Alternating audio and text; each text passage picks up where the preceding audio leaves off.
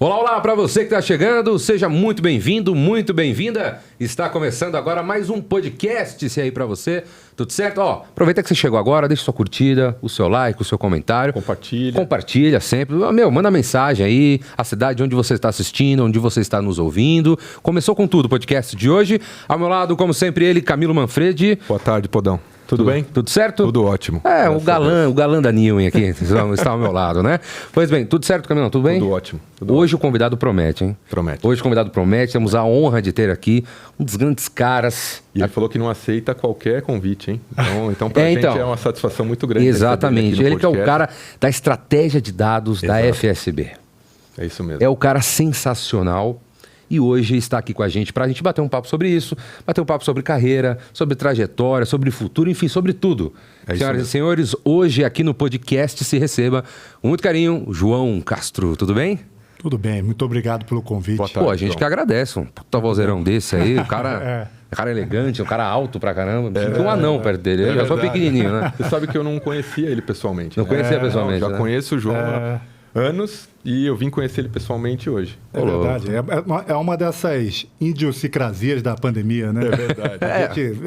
Pra mim, eu já conhecia pessoalmente o Camilo há muitos anos. Na mente já estava lá, né? Demorei pra perceber que a gente se conheceu pessoalmente hoje. Muito bom. Verdade. Pois é, João, muito obrigado por estar aqui, cara. De verdade, estamos muito felizes. E vamos começar a falar, cara, dessa sua trajetória profissional. Hoje você está na FSB, né? Sim. E como que é a sua rotina, cara? Fala um pouquinho pra gente. Cara, a FSB é uma das maiores... É a maior agência de comunicação corporativa do Brasil, né? Um dos maiores grupos de comunicação. Hoje, a FSB, neste mês de junho... Agora, no final de mês de junho, né? De 2023... A FSB está lançando um novo posicionamento de marca, né? De reputação. Opa, que legal. E agora, em vez de chamar Grupo FSB, chama-se Hold, né? E esse nome diz muito do que é a FSB hoje, né? A FSB hoje tem instituto de pesquisa, tem área de relações governamentais, tem área de tecnologia, tem empresa de PR boutique, tem uma agência de marketing digital, que é a JCom. Então, é realmente uma holding fortíssima, né? E uma pequena parte dali é a área de inteligência de dados, a qual eu respondo. Opa, é com você. Mata no peito. E a rotina, basicamente, é a gente conseguir aplicar algum tipo de método,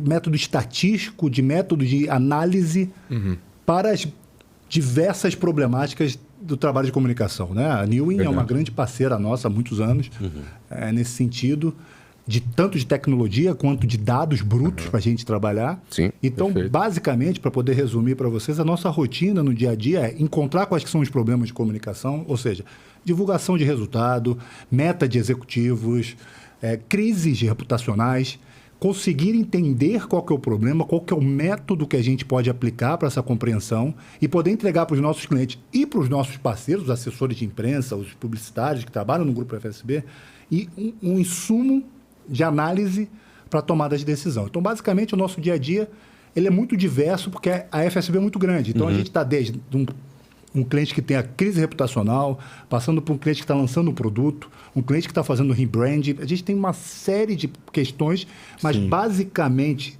o nosso dia a dia é conseguir enxergar como pegar dados, estruturar esses dados, criar métodos que façam sentido dessa análise e conseguir dar esse estofo teórico para que os nossos colegas, os nossos clientes consigam tomar decisões em comunicação guiada por dados. Não, com certeza. E essa questão dos dados sempre foi algo que te cativou desde sempre? Não. É uma área que você falou assim, quero mexer com isso. Não. Esses dados, números, é isso que eu quero. Como começou essa sua trajetória profissional? Na área de dados, eu venho da televisão, do jornalismo, né? De relação no jornalismo. Mas sempre tive interesse em a neurociência, né? O meu livro é sobre neurociência aplicada à comunicação, a área de comunicação, a área de exatas sempre me interessou muito. Já tem um livro já? Sim, Neuropropaganda de A a Z. Opa, passa pra gente aí então. Já está disponível, tudo certinho? O livro é de 2016. É um livro sobre processo de neurociência aplicada à comunicação. Sensacional. Sensacional. E casa super bem com o que você faz hoje em dia, né? Então, Foi aí que eu vim parar. Foi o link, né? Entre comunicação e a parte de exatas, né? Foi o link, porque a neurociência era um hobby para mim, ler sobre neurociência. Tá. É até hoje. É a minha literatura preferida, é ler neurociência. E aí, na época, eu trabalhava no IPESP, que é um instituto de pesquisa. E o Antônio Lavareda, que é o autor desse livro, me chamou para trabalhar. Foi aí que eu saí da televisão para trabalhar nessa área de estratégia e comecei a trabalhar. E aí, por que eu nunca pensei? Não existia essa cadeira que eu sento hoje, ela não existia antigamente. Né? Verdade. Diretor de análise de dados. Exato. Diretor de Data Intelligence. Isso não existia. Eu nunca pude desejar porque eu não sabia que existia. E aí, o que aconteceu foi que, por causa do livro, das palestras que eu dei do livro, o mercado começou a me enxergar como um líder de inteligência de dados. Porque a gente, no IPESP, fazia testes, coisas que fazem parte do meu dia a dia hoje, como você fez na pergunta anterior, que é social listening, análise social listening, sentimentação. A gente fazia isso no IPESP. E quando eu falava sobre isso nas palestras, os executivos de comunicação começaram a achar que isso era BI. E eu nem sabia o que era BI. Tiveram que me explicar. A primeira proposta que as pessoas que me fizeram para trabalhar como diretor de dados, as pessoas, você poderia ser líder de BI? E eu não sabia, fiquei roxo de vergonha. Falei, BI? Não conhecia por BI, mas conhecia tudo que envolve, né? Tudo que está por trás. Fazendo a prática, na teoria, né? O termo ali, a termologia. Eu precisei entender o que era. Aí eu falei, é mesmo. É isso aí, é isso aí mesmo. E aí eu acertei a primeira, comecei a trabalhar nessa área. A FSB é a terceira agência que eu trabalho, né? Trabalhei em outras 2 agências e vim para cá. E aí me encontrei. Realmente, hoje, eu nunca quis estar nessa cadeira, mas hoje eu gosto muito, me divirto muito. Sinceramente, falo isso sinceramente para vocês e para todos que estão nos ouvindo, que hoje eu me divirto muito trabalhando. Eu me desafio todo dia. Eu sou um sujeito curioso, gosto de ouvir história, gosto de tentar procurar o porquê. Adoro essa parte que a maioria acha chata, que é encontrar um método que pode criar uma análise preditiva com relação ao comportamento. Adoro esse tipo de investigação, né? Exato. Então, apesar de eu nunca ter sonhado estar onde eu estou, porque não sabia que isso existia, talvez nem existisse mesmo, eu gosto muito, assim, me divirto, acho que fez super sentido e foi uma trajetória que foi natural, assim, não foi planejada, né? E foi acontecendo, tá? Até foi chegar totalmente natural, não planejei absolutamente nada. Meu plano era ser editor-chefe até ficar velhinho. Você vê, a nossa carreira profissional, ela vai tomando caminhos, né? E as coisas vão aparecendo. Exato. O que é para ser né? E no seu tempo. E que faz todo sentido. Isso que é o bacana, né? Ele já estava preparado, mesmo sem saber que estava. Né? É isso então, mesmo. Já chegou. Então, é sensacional a história. É maravilhoso. E aí você falou de um assunto que é legal, e é importante a gente frisar aqui, principalmente para quem nos assiste, para quem nos ouve, que é o que você falou. Pô, é uma parte que as pessoas acham chato, acham que não é importante, ou acham meio complicado. E eu queria que você reforçasse essa importância. Você à frente dos dados, de como isso é importante para você montar toda uma estruturação. Queria que você falasse um pouquinho dessa importância. Você que está frente a frente, já lidou com diversos projetos. Como é que é na prática isso? Olha, a primeira coisa que eu sempre tento, e eu acho que é importante a gente falar aqui no podcast, é que é muito menos algébrico do que parece. É muito mais uma questão analítica, é muito mais uma questão lógica de você tentar montar um quebra-cabeça. Eu tenho uma filha de 7 anos, então a gente brinca de quebra-cabeça, a gente joga Uno, a gente faz várias brincadeiras lúdicas, mas são jogos em que a gente aplica interpretações, análises, tenta prever o comportamento das coisas. Exato. E isso é lúdico, isso está na infância, né? Isso está no comportamento que a gente tinha quando via um jogo de futebol com meu pai, ou quando a gente vê um filme e tenta adivinhar e se surpreende com o final. Né? Verdade. Então, eu ouço muito assim, você é o especialista, eu sou de humanas, Sim, tem muito disso. Não consigo fazer uma regra de 3. Na verdade, todo mundo consegue fazer uma regra de 3. Você faz regra de 3 o tempo todo. Quando calcula o seu salário, quando sabe quanto que você precisa gastar para poder fazer uma viagem. A matemática é inerente ao seu dia a dia de qualquer raciocínio. É verdade. Até para quem gosta... Eu adoro futebol e futebol americano. Quem assiste uma partida de futebol americano vê matemática o tempo todo. O tempo todo. Além da ação acontecendo, todo o resto é matemática. A matemática está embrenhada em cada parte. Eu agora tenho visto muito também para ficar no esporte, beisebol. É matemática o tempo todo. É velocidade, jogadas, né? Cada corrida, cada jogada. A distância. O famoso livro... Posicionamento. O famoso livro Moneyball, né? Que fez tanto sucesso, com o filme do Brad Pitt. Então, eu ouço muito isso, né? Cara, o que você faz é impossível que eu faça, porque eu odeio matemática. Não odeia. Então, eu tento mexer... Eu sei que alguns dos meus colegas, ou competidores, ou pessoas, tentam mistificar, né? Eu sou... E eu tento fazer o contrário. Eu tento fazer, cara, não é assim. Então...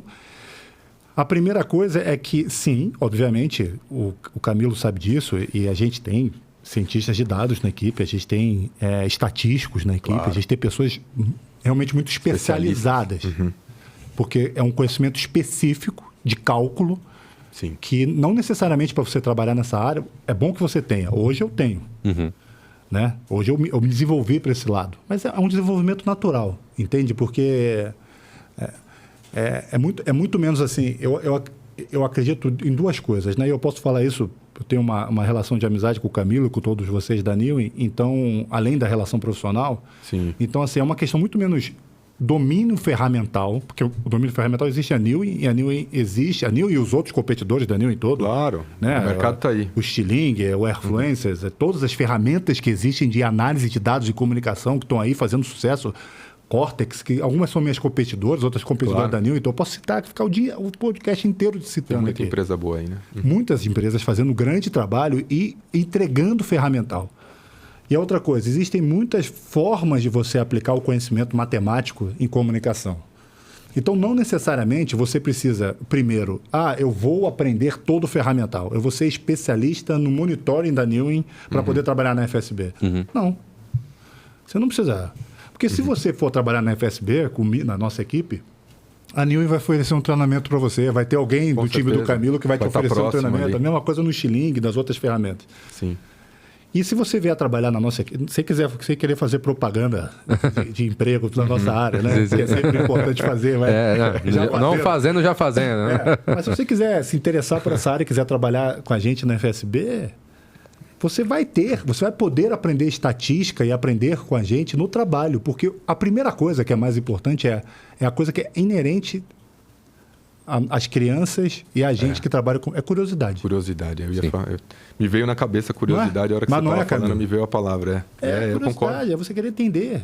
Então, quando a gente faz um projeto juntos, o que a gente quer entender? Como que a gente resolve um problema... e transforma isso numa solução que é escalável em vários sentidos. Né?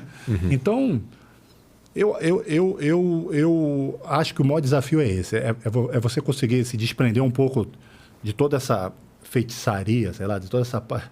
Feitiçaria talvez não seja o termo ideal, mas de toda essa parte que talvez assuste as pessoas, né? Tecnológica... inteligência artificial, algoritmo, vou usar essas palavras que afastam muitas pessoas. Né? As pessoas algoritmo, têm receio estatística, função algorítmica, inteligência artificial, machine learning, business intelligence, OKR e todas essas palavras que afastam, que na verdade você pode simplificá-las muito. Entendeu? Ter outra perspectiva sobre isso, né? Você vai ter... Usar ao seu favor, né? Exato. Usar a tecnologia ao seu aquilo, favor. né? A pessoa fica muito presa a uma visão que ela tem, que ela carrega. Não, matemática não é para mim, de qualquer forma. Não, às vezes é isso. Ela usa no dia a dia dela, só que ela não percebe, ela não tem esse tato, né? E aí quando você... aquilo que você falou, tem muito uma chuva, né? Dessas palavras, desses termos, você fala, não, quero distância. E aí quando você coloca no seu dia a dia aplicado, você consegue ter uma outra visão. Fala, talvez era mais simples do que eu imaginava, né? E eu tenho uma pergunta, João, me veio aqui, né? Normalmente são as empresas que têm um problema e procuram as agências, ou as agências estão próximas das empresas e fazem um mapeamento dos problemas previamente? Como que funciona? Como que é dois, isso? Né?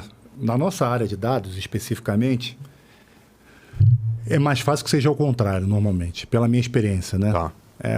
Hoje é muito comum que as empresas, por exemplo, antes de vir para cá, eu estava fazendo uma proposta de uma grande empresa que quer criar um índice para qualificar a meta, para qualificar o trabalho do time de comunicação da empresa. Perfeito. E criando esse índice, eles vão desenvolver as metas do time de comunicação. Então, isso é uma coisa que acontece muito, Camilo, porque é muito difícil e cada vez isso é mais tangibilizado, mas era muito difícil você fazer assim. Bem, você precisa investir tantos milhões na área de comunicação corporativa, ok. E aí o CEO fala, tudo bem, e aí? E você me entregou o quê com isso? Perfeito. Tá, eu te dei 10 milhões. Você montou uma área de comunicação corporativa para minha empresa. Eu apareci em 3 veículos, fui no podcast. E aí? Me trouxe o quê?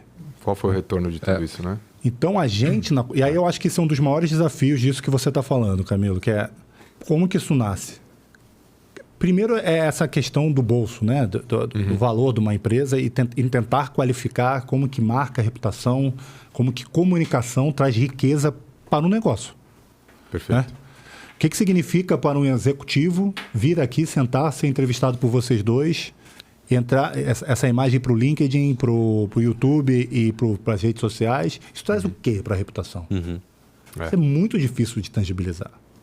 Isso é muito difícil. Esse é um dos nossos desafios. Então, respondendo a sua pergunta, muitas vezes as empresas precisam fazer isso.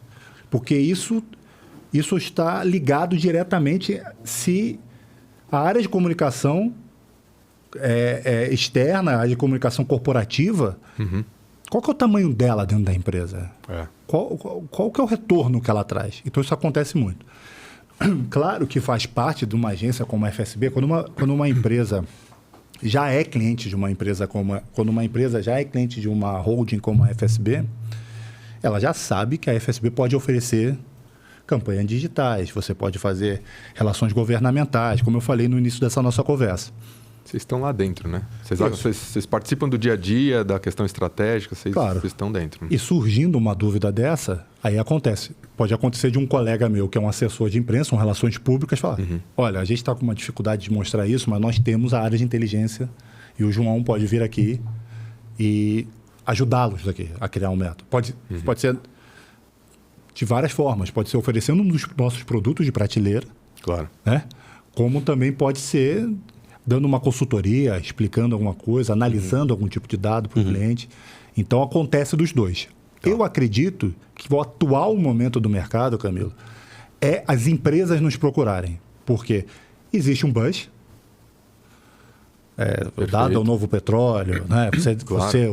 Na New vocês ouvem isso todos os dias, todos esses buzz, que preciso ter dados sobre o meu negócio, os dados do meu negócio é o que pode me... tem todas essas frases que as pessoas ficam repetindo o tempo todo, verdade. E que são verdade. Agora, como é que você intangibiliza? Como é que você tangibiliza isso? Como é que você fala, ok, é porque não é todo dado que é petróleo, não é todo óleo que é petróleo. Não é assim, nem todo dado vai te levar a algum lugar. Sim. Nem todo método vai te levar a qualquer lugar. Então, e muitas vezes muitos dados te atrapalham na visibilidade do todo. No geral. Né? Hoje eu estava tendo uma conversa sobre isso. Uma planejadora do nosso time estava, por um pedido de um cliente, estava querendo dados que eu chamo de mar aberto, muito complexos. Né? Então, por exemplo, faça uma análise conjuntural do mercado automobilístico do Brasil e global. Estrutural e conjuntural. Aí, isso é o que eu chamo de falso positivo, né? As pessoas pensam que eu que vou resolver. Verdade. Não, e é engraçado, né? Porque você fala assim, não, mas você é o cara, você é o líder de dados. Sou. Isso são dados. São. Então, não é você que vai resolver? Não. Por quê? Porque uma análise não necessariamente é a pessoa que cria um modelo de análise de dados que vai conseguir compreender qual que é a conjuntura do mercado automobilístico no global. Verdade. Porque você precisa aí sim, você precisa de conhecimento aplicado, de histórico, você precisa de uma série... Claro que eu posso ajudar a estruturar alguma parte desses dados e tirar uma análise. Por exemplo, para não ficar na dúvida, para os nossos ouvintes não ficarem na dúvida. Por exemplo, a gente consegue sim ver como é que a imprensa, no Brasil, contratando uma ferramenta da Newin como monitoring, a gente pode conseguir fazer uma análise com o método da FSB. A gente consegue fazer uma análise de quais que são os temas e quais que são os players, quais que são os stakeholders sobre o mercado automobilístico no Brasil. E conseguir te dar insumos muito importantes para um planejamento de comunicação nessa área. Perfeito. A gente consegue. A gente consegue ver como é que as pessoas estão debatendo, por exemplo, essa questão agora do preço dos carros. Volkswagen com... Hoje a gente está no, no final de junho, né? Então hoje... Pátio cheio. Pátio cheio. Não sei como é que quando a pessoa vai estar nos ouvindo, como é que vai estar o pátio da Volkswagen, mas hoje está cheio. No dia que nós estamos gravando, está lotado, porque nós temos um problema de venda de carros. Então a gente consegue ver, fazer uma análise com dados públicos de como é que estão essas discussões, como que a imprensa está falando, quais que são os executivos que estão trabalhando e tirar insumos importantes. Verdade. Mas agora, porque estou repetindo essa analogia da cadeira, eu porque estou nessa cadeira, não necessariamente sou a pessoa que mais entendo sobre a conjuntura, eu nem tenho carro. Entendeu? Então, assim, não é um mercado que nem que me interessa. Me interessa muito, voltando para o papo da curiosidade, ver quais que são esses dados, entender motivos, criar histórias, criar ligações lógicas que possam ajudar na estratégia de comunicação. Então, perfeito. O que esse exemplo é interessante, na minha opinião, e essa era uma conversa que eu estava tendo hoje cedo, é que nem sempre é o Big Data que vai te dar uma resposta. E nem sempre qualquer Big Data você vai ter uma resposta. Porque uma análise conjuntural talvez seja feita por uma equipe de economistas que estão investindo no mercado automobilístico. Uma agência reguladora que vai ver qual que é a nota do mercado de investimento no mercado. Eles são muito mais... Eles têm um estofo muito mais importante do que qualquer Big Data que eu consiga montar. Agora, isso não quer dizer que a gente não faça nada. Pelo contrário. E aí essa é uma das coisas que tem a ver com a sua pergunta anterior também, que é o que a gente consegue fazer no nosso dia a dia? Que é criar essas soluções com o que a gente tem, com que dados que a gente consegue trabalhar, criar uma forma lógica de interpretar esses dados e você conseguir engatilhar soluções e respostas que sejam um estofo de um planejamento. Ah, eu entendi. Então, quer dizer que a repercussão nas redes sociais sobre essa questão do pátio da Volkswagen estar cheio criou esse tipo de comportamento nas redes sociais. Bem, o que eu posso fazer com isso? Eu posso fazer uma campanha digital, eu posso fazer um trabalho com a imprensa Tier 1, eu posso ir nos meus canais, criar um podcast para educar como fazer um financiamento. Aí vai. E aí você vai em frente. E como hoje a gente vive uma polarização política, né?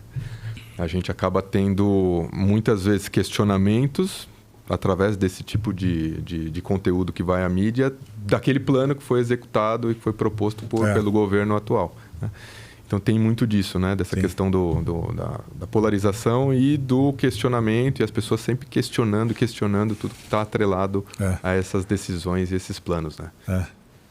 Você tem que separar, né? Isso é uma outra coisa também que a gente faz muito no trabalho lá na nossa área, que é criar vínculos de aderência, né? Em regras. Aí eu vou falar um pouco tecniquez, mas acho que vai ficar claro para todo mundo que são regras de Booleana, ou seja, associações de palavras que as pessoas podem usar na imprensa, nas redes sociais, para que a gente possa pegar um conjunto de dados e retirar de forma mais automática e rápida possível, né? As relações entre as palavras, né? Que aí tem a ver com isso que você pode mostrar. Mas tudo bem. O quanto que essa questão do mercado automobilístico no Brasil está sendo relacionado com o governo Bolsonaro, com o governo Lula, com o ministro tal, com o governador tal. Você consegue fazer essas associações, encontrar isso em dados e usar isso como algum tipo de estratégia. Você chegou num ponto interessante. Já que a gente tem essa polarização, que não é só no Brasil, é uma questão global. Cada vez mais forte, né? É muito presente nas redes sociais, é um comportamento comum, né? É verdade. Mas você consegue, hoje, com um mecanismo até simples e usual, né? Essas ferramentas que nós todas citamos aqui anteriormente, tem até automatizado isso. Você cria uma booleana e você extrai os dados já estruturados a partir das relações das suas hipóteses. Então, governo X é questão econômica Y. E você vai fazendo as associações e vai estruturando, que é isso, grosso modo, assim, de uma forma muito simples, né? Sem querer aqui simplificar muito a história, mas isso é um dos primeiros passos da estruturação dos dados para você conseguir fazer análise. Bem legal. E, João, pegando essa parte olhando para os seus projetos, todos os projetos que você já fez, todo o histórico que você tem de contato com as empresas e tal. Quando vocês se apoiam, você pode até dar exemplos se você quiser, né? Sem citar, às vezes, nome e tal. Mas quando vocês se apoiam mais nos dados de imprensa e quando vocês se apoiam mais nos dados das redes sociais, ou quando você precisa dos dois dados, como você entende aonde é a tua principal fonte de informação para que você consiga desenvolver teu projeto? Como que você divide isso? Essa pergunta é muito interessante, né? Porque a gente vive hoje uma coisa que eu gosto de chamar de a era do gelo da comunicação, né? Verdade. Essa minha analogia da era do gelo é o seguinte. A gente hoje está vivendo os dinossauros sobrevivendo com os mamíferos ao mesmo tempo no mesmo ambiente. É verdade. Então hoje você tem podcasts, você tem stakeholders, influenciadores influenciando diretamente no mercado. Diretamente. Você tem marcas sendo influenciadoras, produzindo o próximo conteúdo. Você tem os grandes players. No Brasil, Folha de São Paulo, Estado de São Paulo, Globo, né? Portal UOL.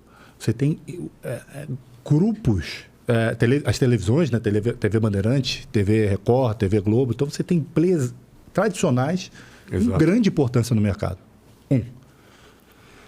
Então, a comunicação corporativa e as empresas estão na era do gelo.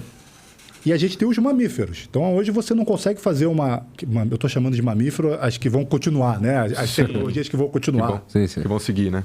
E todas estão vivendo até agora, juntas. Então, assim, essa pergunta sua é muito interessante, porque eu falo muito sobre a era do gelo, que aí como é que você sobrevive na era do gelo, né? Porque você tem um búfalo aqui, e você tem um tiranossauro rex aqui, e os dois estão extremamente sobrevivendo no mercado. Sim. Né? Coexistindo, né? Estão ao mesmo tempo aqui. O mamute, um búfalo, um tiranossauro e um pterodático. Você sabe tudo de dinossauro quando você tem um filho, uma filha de 7 anos, né? Fica mais fácil de fazer. São os dois momentos que você mais sabe de dinossauro. Quando você tem 7 anos, ou quando você tem uma filho de 7 anos. Ou se você... É verdade. E aí, então, a era do gelo é muito isso. Então, essa sua pergunta, como é que você responde essa pergunta? Depende. Eu não sei. Vai depender. Sim. Então, por exemplo, eu gosto muito de trabalhar com uma metodologia que a gente criou lá na FSB, chamada Disaster Check, em que a gente monitora stakeholders importantes para um determinado mercado. Né? Então, por exemplo, um mercado de regulamentação de determinado produto, que não é regulamentado no Brasil hoje, você precisa monitorar quem pode regulamentar, que é o Congresso Nacional, né? A área política. Você monitora as pessoas que discutem isso. Por quê? Porque para você fazer uma ação de comunicação sobre isso, desde que seja explicando, se posicionando, ações diversas de comunicação sobre esse assunto, você precisa entender com o que você está falando e quais são as pessoas que vão reverberar. E o que você vê hoje é que não adianta. É importantíssimo você falar com os veículos Tier 1 e com os grandes veículos, mas não só. Então você tem que monitorar todos, observar todos que estão acontecendo e conseguir... Cada caso é um caso. Então, tem histórias que nascem nas redes sociais, entre os mamíferos, e migram para os dinossauros e migram para os dois, né? E aí, disso, uma coisa que eu gosto muito de observar quando a gente está trabalhando dessa forma, porque grandes temas estão sempre nos dois. Né? Grandes temas eles estão acontecendo sempre dos dois. E uma coisa que eu gosto muito de observar atualmente, que é o que eu chamo de comportamento paradoxal. Que é o seguinte. Você faz uma belíssima campanha, que no mercado ela é muito bem aceita. E quando... Eu vou dar um exemplo aqui, que está acontecendo também, aconteceu esse mês agora. Mas que quando vai para as discussões nas redes sociais, ela é extremamente negativa. A campanha que a Bud Light fez agora com... eu ouvi isso. Com uma mulher transgênera como... transgênero como garota propaganda de uma cerveja estampada ali, né? A Bud Light. Ela fez posts, essas coisas. Sim. A campanha foi um sucesso. O teste para o público inicial é... Trabalha inclusão, trabalha um monte de tema que está em alta, né? Só que ela derrubou a Bud Light do primeiro lugar em venda de cerveja nos Estados Unidos. Esse é o comportamento paradoxal. Esse é o extremo, né?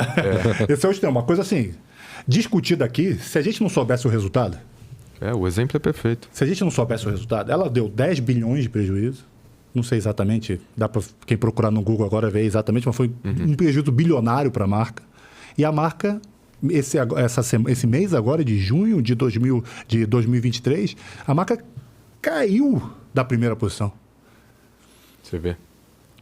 Então, por que eu estou te dando esse exemplo? É um exemplo típico de comportamento paradoxal que o estrategista de comunicação... Minha cadeira precisa olhar os dois. Por quê? Hoje, agora, eu não sei, porque eu não trabalho nessa campanha, mas hoje as pessoas... criaram uma hipótese, que pode ser razoável, de que essa cerveja era ligada a um grupo de conservadores. Os consumidores eram pessoas, falando da bipolaridade, né, que Perfeito. você falou. Sim. Que ela estaria ligado, né, que é o famoso get woke, go broke. Né? Você quer ser politicamente correto, você vai quebrar.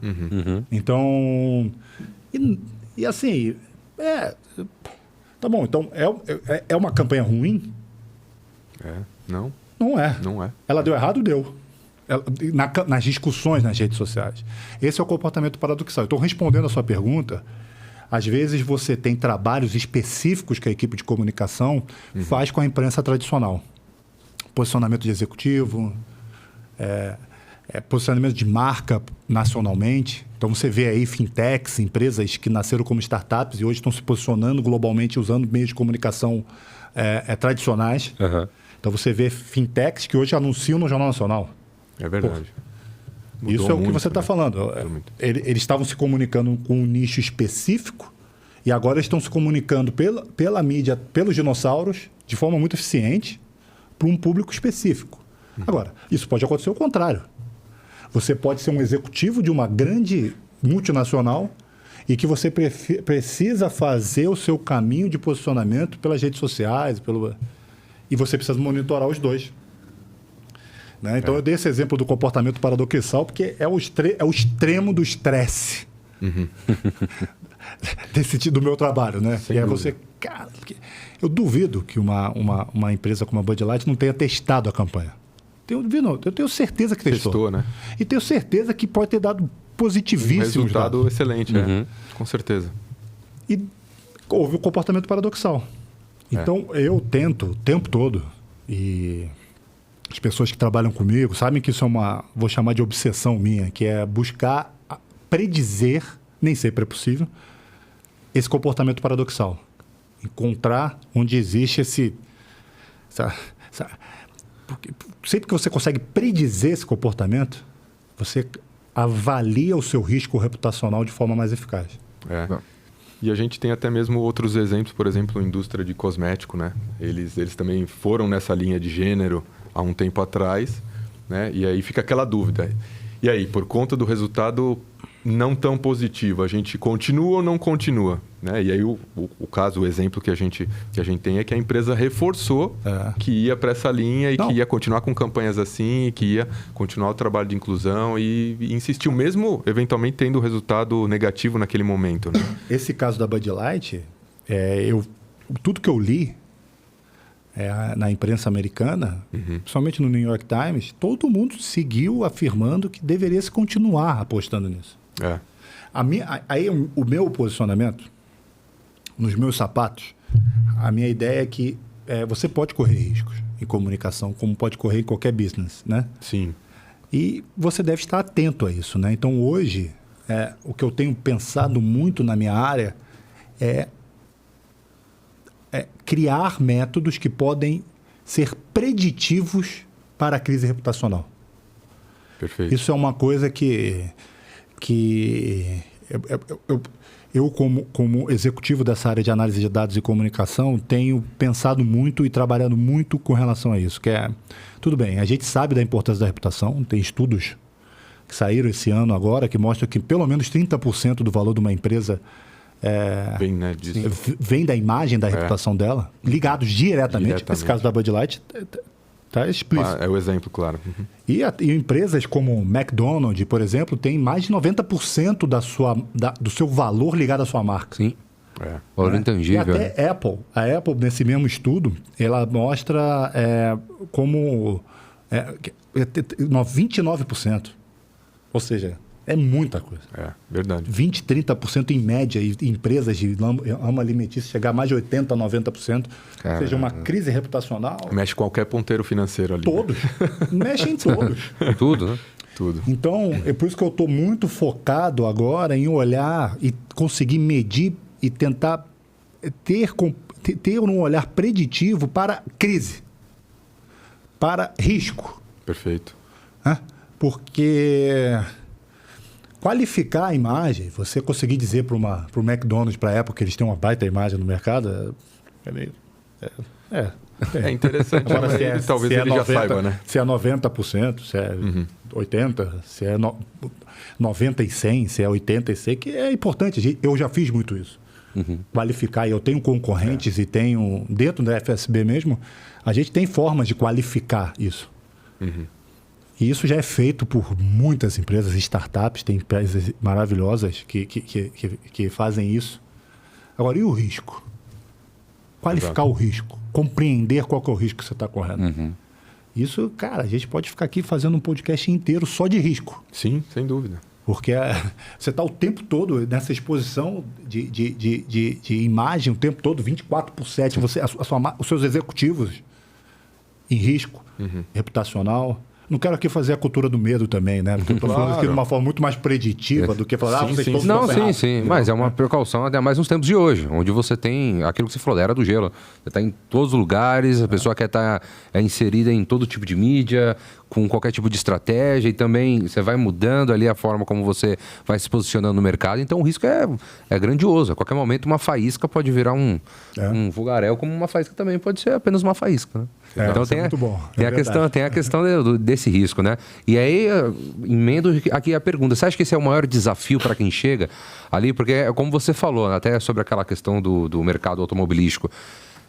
Às vezes não é um dado, a pessoa acha que um dado vai resolver, e às vezes não é assim, por esse caminho. E aí você também fazer com que a pessoa tenha outra perspectiva de entender, olha, vai ajudar, mas não é dessa forma. Pode ajudar por outro caminho. Não vai resolver totalmente o seu problema. Você acha que essa ansiedade é o maior desafio hoje para quem está na sua cadeira? É um dos desafios, porque às vezes é muito frustrante, né? Para quem enxerga aqui a nossa área como um oráculo, né? Porque nós não somos. Sim, claro. Então, eu sei que isso é confortável, eu sei que isso é um alento. Eu posso contratar a área de inteligência da FSB, então eu estou salvo. Não. Claro. Talvez você esteja com o melhor colete salva-vidas, talvez você esteja com uma forma de se salvar muito melhor do que os outros. Estou aqui fazendo autopropaganda. Não, amparado, né? Amparado por talvez processos, você esteja amparado por processo, por método, por dados. Por dados. Mas isso que você falou é perfeito. Então, muitas vezes, o que acontece é que eu sou um balde de água fria sobre o meu próprio trabalho, né? Por quê? Às vezes você... Não, é extremamente possível que você aperte esses 3 botões aqui, você contrate 3 fornecedores, você vai ter todos esses dados e em um mês você vai me explicar como que é o mercado automobilístico. Pode ser que sim? Pode. Beleza. Mas não é certeza de nada. Não é uma certeza, né? Um dos livros que eu mais gosto, que é o Rápido e Devagar, do Kahneman, né? Ele fala muito sobre como questões que todo mundo acha que são puramente racionais, na verdade, elas são muito emocionais, né? Você vê. Então, como é que a Bolsa de Valores, né? Como que uma marca e como... no caso dele, é um livro sobre economia, né? É um livro que acabou... Né? Que tem ligações do próprio... Apesar dele ser um neurocientista, tem ligações com o Nobel em Economia, né? Tá. Então, são questões que são você não tem muito como medir. Você não tem muito como compreender. Então, às vezes, você fala assim... se o Brasil diminuir a taxa de juros, isso significará racionalmente que o dólar vai cair. Bem, o dólar está caindo com a taxa de juros alta. Porque as coisas não são algébricas 100%. Sim. Tem muitas variáveis, né, que influenciam. Muitas emocionais. Emocionais também. E muitas emocionais. Então, o que acontece é que se você achar que ter os dados, que é o que você falou, ter os dados vão te dar certeza sobre o caminho que você vai tomar, você já vai ter errado. Porque eu gosto, num caso como esse que você falou, o que eu gosto de propor para o cliente ou para os meus colegas é o seguinte: você não vai ter certeza absoluta do que está acontecendo. Né? Ninguém tem. E não é porque você está contratando uma área de dados que você vai ter. Porém, você vai ter a melhor estrutura possível, disponível agora, para criar o seu planejamento de comunicação e tomar decisões estratégicas. Né? Então, por exemplo, na introdução do meu livro, a gente cita Marcelo Serpa, Nizam Guanais, Washington Oliveto, que foram grandes estrategistas de comunicação, que a gente chama de os magos da comunicação, criaram campanhas históricas, né? São verdadeiros gênios. E aí você fala assim, então a inteligência de dados substitui a criatividade do Nizam Guanais? Claro que não. Nunca vai. Não vai, E quem tem essa pretensão... E nem o chat GPT. Não vai ter nem a inteligência artificial. Há uma coisa da criatividade, né? Do processo criativo, que não é previsível. Sim, exatamente. Né? Então, mas agora, qual que é a minha hipótese que eu espero que esteja correta? Agora, uma pessoa com esse talento como o Nizam Guanais, com uma área de dados, organizando algumas informações durante o processo criativo, isso pode deixá-lo fazer ainda mais campanhas históricas, ainda mais trabalhos de marca brilhantes. Sim. Então, tudo isso para te dizer assim, é a solução final. Então, quer dizer assim, a área de inteligência de dados vai resolver todos os problemas de marketing que você tem? Não. Agora, pode nos ajudar a tomar decisões e aprender também, né? Porque esse é outro ponto. Sim. A área de dados não apenas nos ajuda no planejamento, mas ela é uma forma estruturante para entender o caminho e você acertar melhor a segunda. Isso é uma coisa interessante nessa nossa conversa, eu acho também, que a área de dados também ela é capaz de falar assim, olha, você pode mudar dessa forma porque aconteceu, o processo foi assim, foram esses assuntos e as nossas hipóteses é que isso ou isso tenha causado algum tipo de algum problema nessa campanha.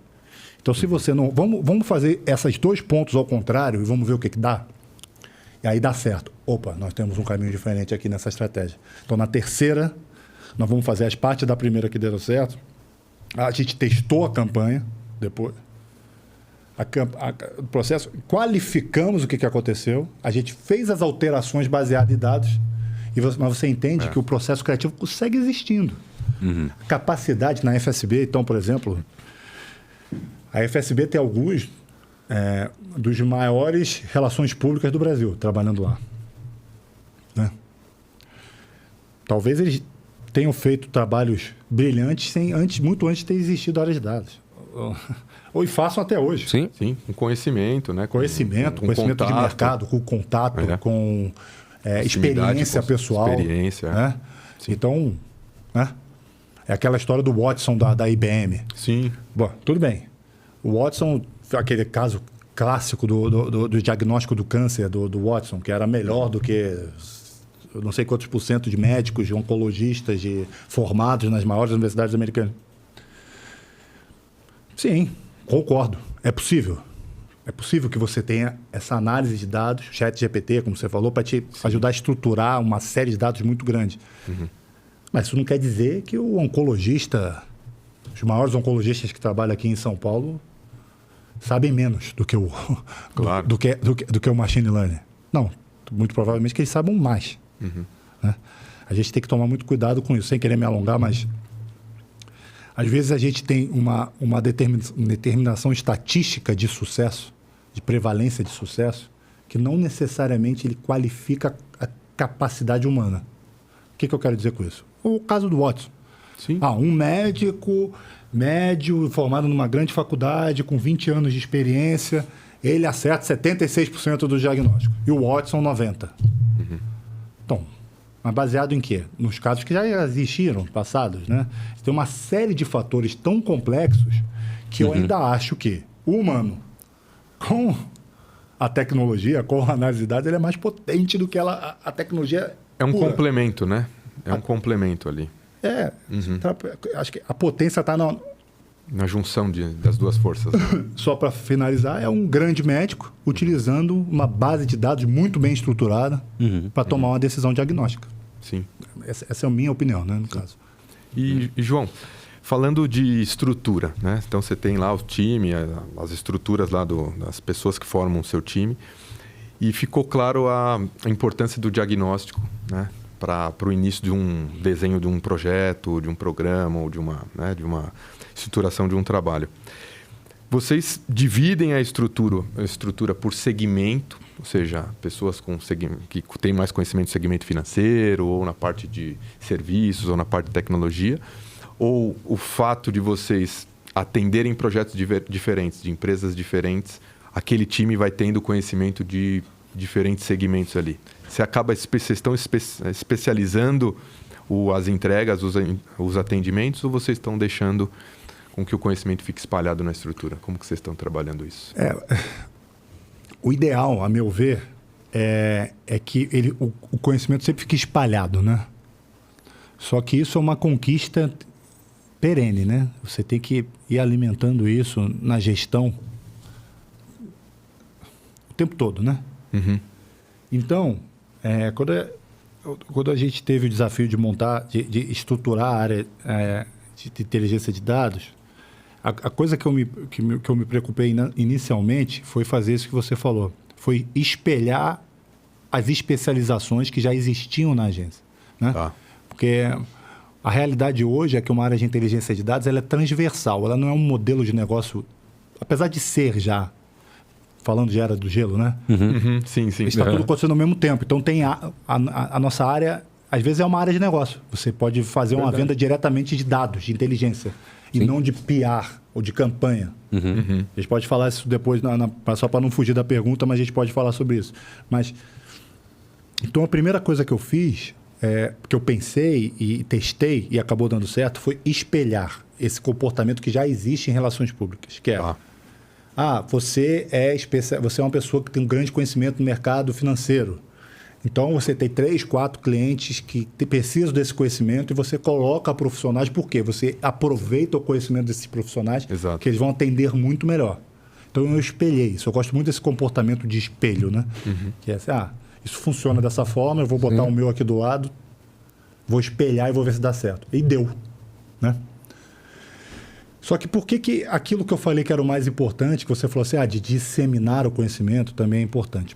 Porque a gente aplica processo e método sempre, né? Na nossa área, na área de inteligência de dados, a gente está o tempo todo criando processos e criando métodos que a gente possa replicar numa série de situações distintas, né? Então, por exemplo, a gente tem um método, um modelo de índice de qualificação na exposição na mídia tradicional. Né? A gente tem um método para que a gente observe crise reputacional em redes sociais. Isso, em tese, precisa ser replicado da forma mais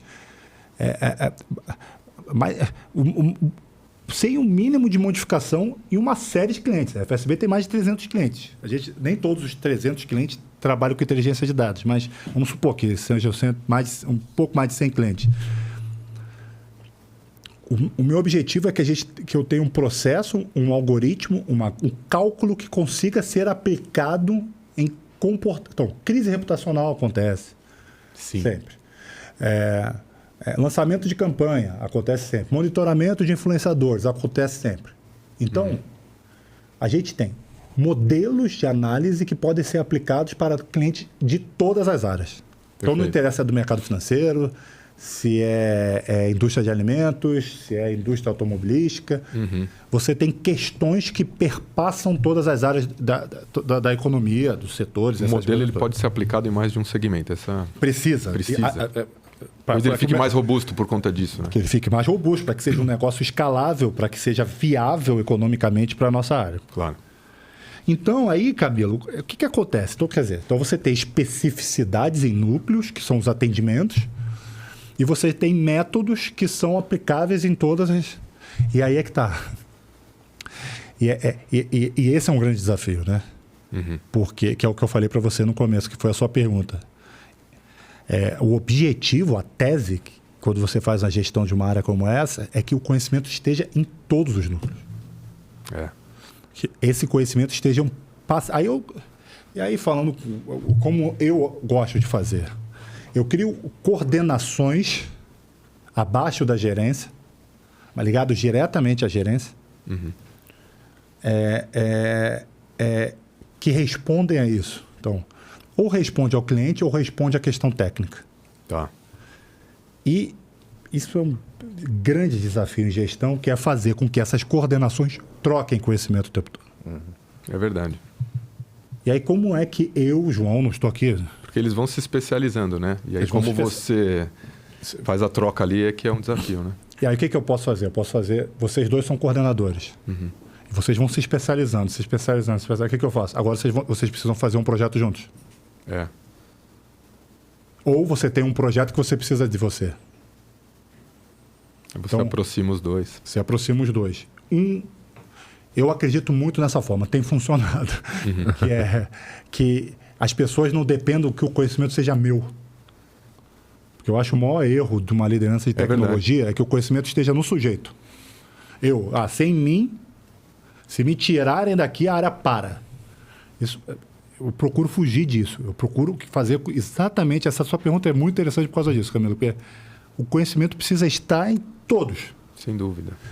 E aí, voltando para a questão da criatividade, do que eu citei esses grandes nomes da publicidade, e eu tenho um sentimento muito verdadeiro de que aí é que nasce a inovação. São as conexões de vários cérebros se misturando, né? A neurociência fala muito isso de um cérebro, o self. Mas em uma equipe como a nossa, de 25, 30 pessoas... diferentes ali, né? Pensando diferente e um se metendo no bom sentido, claro. Trocando sinapse. Sinapses se tocando e se relacionando, os processos criativos nascem. Às vezes, aí você vê uma coisa que nasceu da minha cabeça 2 anos atrás e ela já está totalmente diferente lá na ponta, porque tem 10 pessoas envolvidas e elas têm autonomia. Às vezes eu tenho certeza que quem quer ser um diretor de dados e quer dirigir uma área grande, com 20, 30, 40 pessoas, fica assim, cara, como que eu vou controlar isso tudo? Tem muito medo, dá muito medo, né? E a coragem, eu acho que está... A coragem é uma coisa muito simples, é você dar autonomia, deixar que as pessoas mexam nas coisas. Deixar que as pessoas criem das formas delas. Vai ficar diferente do que você pensou? Vai. Mas aí é a minha experiência nesse mercado. As coisas melhoram. Então, quando a gente faz um trabalho com uma empresa de tecnologia como a Newin, já fizemos alguns. Sim. E em vez de eu tratar a Newin como um fornecedor que tem que fazer tudo como eu quero, eu ouvir como algumas pessoas devem fazer. E a capacidade de um fornecedor de tecnologia conversar com os executivos da nossa área e conseguirem compreender e essa troca... É muito rica. Daí é que nascem as novas ideias. Eu não acredito muito assim de que é o líder, é o cara que é o diretor que cria toda a inovação. Pode acontecer. Eu nunca vi, nunca aconteceu comigo. As inovações todas que a gente conseguiu criar, o que a gente conseguiu inovar, as coisas novas que a gente conseguiu oferecer para o mercado, nasceram de ideias. Às vezes vem do cliente, às vezes vem do fornecedor, às vezes vem do parceiro, às vezes vem tem várias fontes. E alguém consegue pegar isso e jogar para uma liderança, que é o que eu chamo que eu também é um termo que eu uso muito, que é a liderança horizontal. Cada um ter um tipo de liderança dentro da equipe. Das 20 pessoas, do estagiário ao diretor. Perfeito. Né? Então, Camilo, eu acredito muito nisso, de que sim, é inerente ao nosso trabalho, porque os clientes são de setores diferentes, né? Então, Exatamente. Uma empresa com 300 clientes diferentes, todos público, privado, empresas grandes, médias, gigantes, multinacionais, não dá com você tratar todo mundo da mesma forma, né? Não tem como. Ele obriga que a tua cabeça vá abrindo, né? O teu leque de opções e de possibilidades, ele sempre é muito mais amplo, não é? Do que trabalhando só com um segmento, né? E mesmo assim, e é bom que você...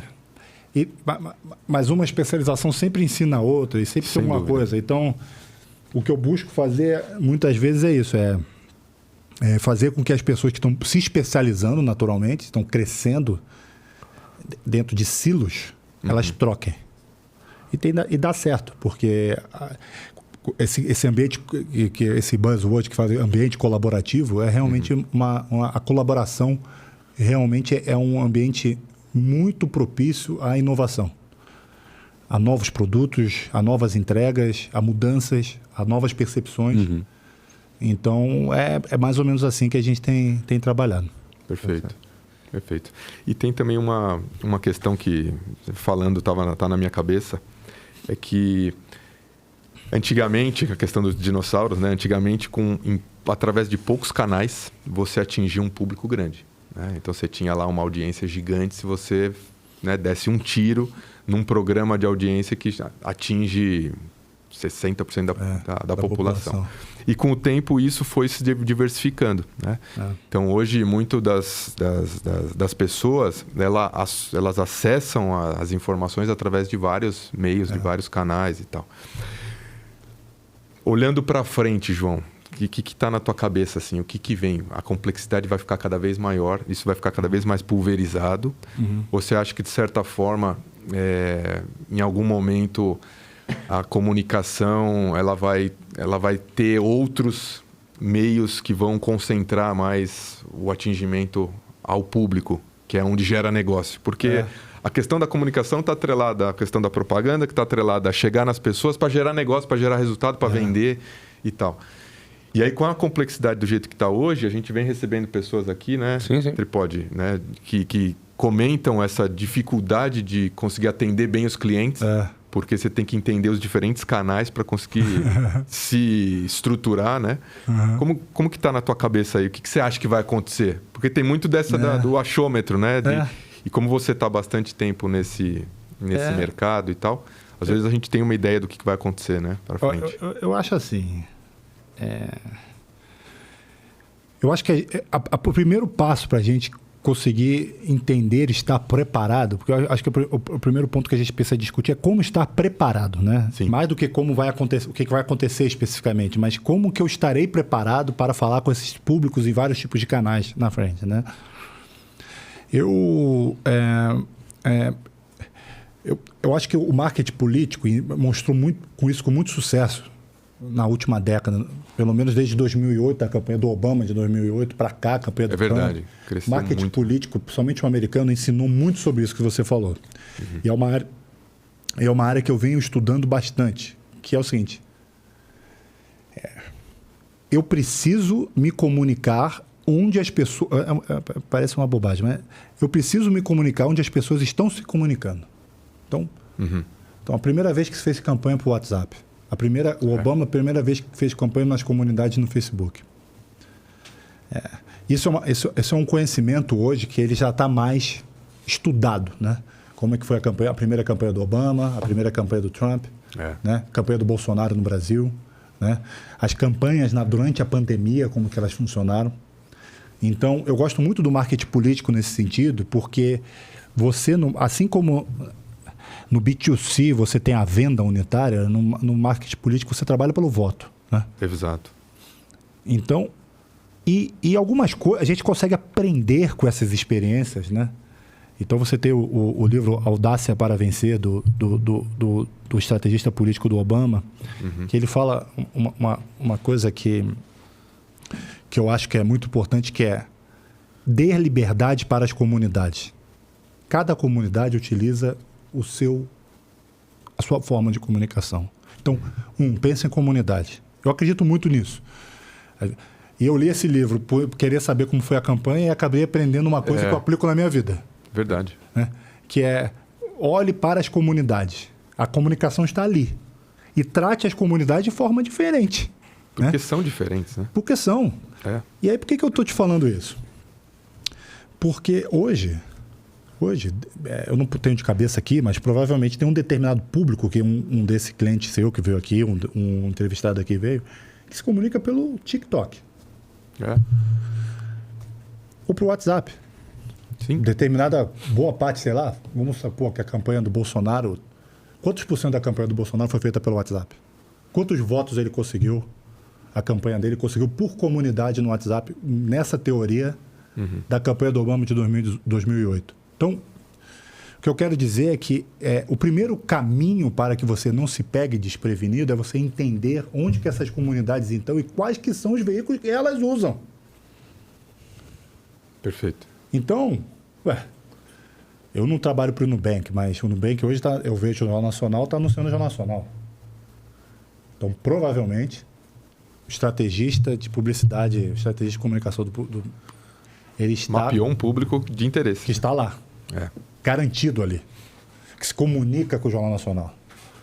Né? Porque os meios tradicionais estão vendo isso. Sim. Como eu já falei aqui, eu sou muito fã do New York Times, adoro. Acho que eles são tendência em várias coisas em jornalismo, que é um dos temas meus de interesse. Eu sou jornalista no final do dia. E no início do dia também. Então, eu gosto muito do que eles fazem. E hoje o New York Times, ele cria a comunidade dentro dos conteúdos deles. Então, eles compraram, por exemplo, a The Athletic, que é um site de grandes reportagens de esporte. Eles compraram, porque eles compraram uma comunidade que se relacionava ali dentro. Você vê. Então, eu acredito, eu acho que... Eu não estou dizendo que essa é a solução, tá, Camilo? Mas eu acho que você olhando as comunidades e como que elas se relacionam, você pode até não saber como, mas você pode estar preparado quando ela acontecer. Então, e aí só para terminar essa minha resposta, eu gostaria de sugerir uma coisa a não fazer, que é criar regras. Pô, o cara que cria método, que cria processo... Não, mas o não fazer acho que é mais importante do que o fazer. Mas aí eu fiquei falando aqui, esse tempo todo aqui no podcast, falando, não, porque eu crio o processo, eu crio o método, eu crio não sei o quê. Não, mas não crie regras. Então, o que quer dizer que eu quero dizer que não crie regras? É o seguinte, o Facebook acabou. O TikTok é a ferramenta mais importante. O não sei o quê, o Jornal Nacional morreu. Está vivo, morreu. Aqui nem é claro do ovo. Faz bem, faz mal. Isso, Então, a minha dica é que não crie regras. Observe. Né? Você tem formas mais coerentes e mais eficientes de você observar onde estão essas pessoas. E trabalhe com essa forma. Esteja pronto para trabalhar nessa forma. Né? Porque, às vezes, eu vejo muitos meus... Agora é inteligência artificial. Agora é metaverso. Agora, são regras. São regras que vão sendo criadas meio que cegos. Como se fossem ciclos, né? Agora o podcast se é no metaverso. Porque tem que ser. Agora é isso. É a tendência. Não é. Mas agora? É o óculos virtual, né? É o óculos virtual. Agora é o óculos virtual. Agora não sei o quê. Agora... Mas o que eu acredito? Um podcast é onde as pessoas estão hoje. Você tem grandes podcasts que você se informa, que você se diverte, isso está acontecendo, entendeu? Isso não é uma regra, isso é uma coisa que é observável. Você observa isso acontecendo. As pessoas estão vivendo em podcast, estão discutindo, estão interagindo, os podcasts estão crescendo, né? Essa coisa está acontecendo. Então, provavelmente, o cliente desse seu antigo entrevistado tem alguma coisa de podcast para ele olhar. Ele deveria olhar. Alguma coisa está acontecendo ali. Não sei se é ele criar o podcast dele, mas talvez os presidenciáveis agora vão no Canal Flow. Mano Brown, que é um dos maiores nomes da cultura popular brasileira, tem podcast. um grande podcaster. Eu estava vendo outro dia o programa do Marcelo Taz na televisão, ouvindo a Branca, diretora da Rádio Novelo. E a Rádio Novelo é um veículo de comunicação importantíssimo no Brasil hoje. Sim. Né? Então, e hoje você tem, por exemplo, eu vejo escritores e jornalistas de livros que eu gosto, que eu ouço podcast, como Freakonomics. Freakonomics é uma série de livros interessantíssima, que tem tudo a ver com esse nosso papo de curiosidade, de coisas que você enxerga atrás do óbvio, ou na frente, ou no meio. E eles têm um podcast. Então, a minha relação com eles era literária e hoje é auditiva. Sim. Hoje... É verdade. Agora só para fazer o overkill do podcast.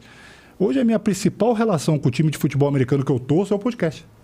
Olha só. Eu ouço o podcast oficial do clube. Do clube. Que Então, deve falar sobre as partidas, sobre Fala a da estratégia. partida, fala de estratégia, fala de tudo. Fala de churrasco, fala de festa em Buffalo e aquela coisa toda. Então, por que eu estou dizendo isso para você?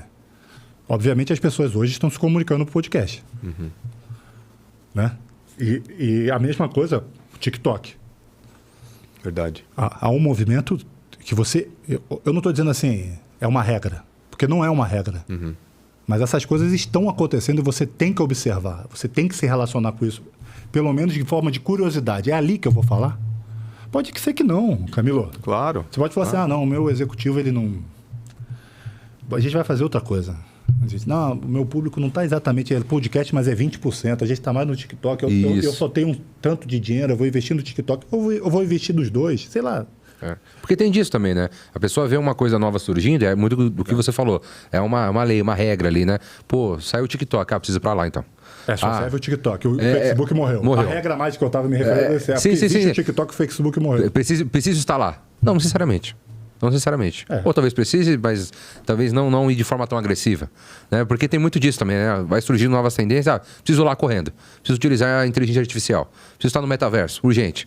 Às vezes não, vai com calma, às vezes nem não tão de forma tão agressiva assim, né? Não, e assim, o que mais me preocupa é a morte, por exemplo. A morte do rádio. O que nós estamos fazendo hoje é rádio. E o rádio, né, para algumas pessoas já morreu faz tempo. Né? Há muito tempo o rádio já morreu. E está super vivo. Exato. O vinil. Pô, você criou uma questão cult em volta do vinil. Virou glamour, né? Sim, sim, é verdade. Morto. Agora você já consegue ver séries no Netflix sobre fita cassete. Então, assim, as coisas não morrem. Por isso que essa brincadeira da Era do Gelo, as coisas estão convivendo aqui. Então, a minha dica é essa. Não crie regras. Isso morreu, isso só existe aqui, isso vai para esse lado, o futuro é esse. Mas, em comunicação, as pessoas... se aglutinam para se comunicar, né? Faz parte. Isso é a teoria básica da comunicação, que é o meio, né? Claro. Você precisa de um meio para a comunicação. Sim. Exato. Então, as pessoas estão nos meios. E eu acho que essa é a primeira coisa que você tem que observar. E aí o céu é o limite. Você pode medir, você pode criar dados, você pode fazer planejamento, você pode criar o seu estúdio de podcast, você pode criar o seu podcast, você pode ser um entrevistado. Por aí vai. O céu é o limite, né? Como você bem disse. Fechou. Bom, o papo tá legal, tá bacana. A gente tá chegando aqui no nosso tempo. Né? É uma aula, né, Camilo? Toda vez é uma aula aqui com a gente. Eu queria agradecer muito a sua presença, a entrevista. Adorei, Camilo. Gostou? Eu também adorei. Gostou? Demais. Eu até... encantador, né? Você fica aqui ouvindo e tal. A gente fechou com chave de ouro. Né, com os conselhos, com as dicas. Então você que quer estar na cadeira, você que gosta de analisar dados, você que é o cara que está ali à frente, né, de toda essa estratégia, é um puta podcast, um puta episódio para a pessoa poder ali se alimentar, né? Exatamente. Então, muito obrigado, de verdade. A porta do podcast está sempre aberta para você quando você quiser voltar, quiser falar de algum projeto, quiser falar de futebol americano. Vamos. Né, Eu gosto. Gosta? Seu time está bem no campeonato? Não começou ainda o campeonato, espero que sim. Então... Tá certo. Tá se programando, então. Tá se programando. Estou estudando os dados, os números dos jogadores. É isso aí. Ouvindo podcast. Pô, legal, sensacional. Então, e agradecer o Camilo. Obrigado. Muito obrigado, cara. Obrigado, João. Obrigado, Camilo. Foi um E prazer. agradecer também você que ficou na audiência, você que nos ouviu, você que nos assistiu. Relembrando, né, a pessoa, deixa o seu comentário, a sua curtida, compartilha esse vídeo aí com os seus amigos, com os colegas de trabalho, com a sua avó, com a sua tia, no grupo do WhatsApp. Grupo do WhatsApp, vai lá, manda o link. Nas comunidades, Nas né? comunidades. Não, seja o chato do WhatsApp. Né? O pessoal tá mandando bom dia, você manda já o vídeo. Manda lá o episódio, tá bom? E sendo assim, a gente se vê num próximo episódio, pessoal. Forte abraço e até mais. Tchau, tchau.